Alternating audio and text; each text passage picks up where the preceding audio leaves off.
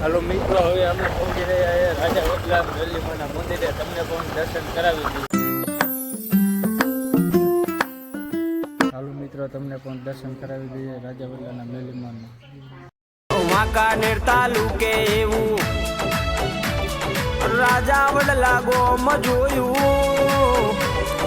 વાંકાનેર તાલુકે એવું રાજા વડલા ગોમ જોયું. બગા બાપાની મેલડી એવું માતેનો મુરાગું દુકાળિયો દેશ બન્યો. ખાવાના ફાફા પડ્યા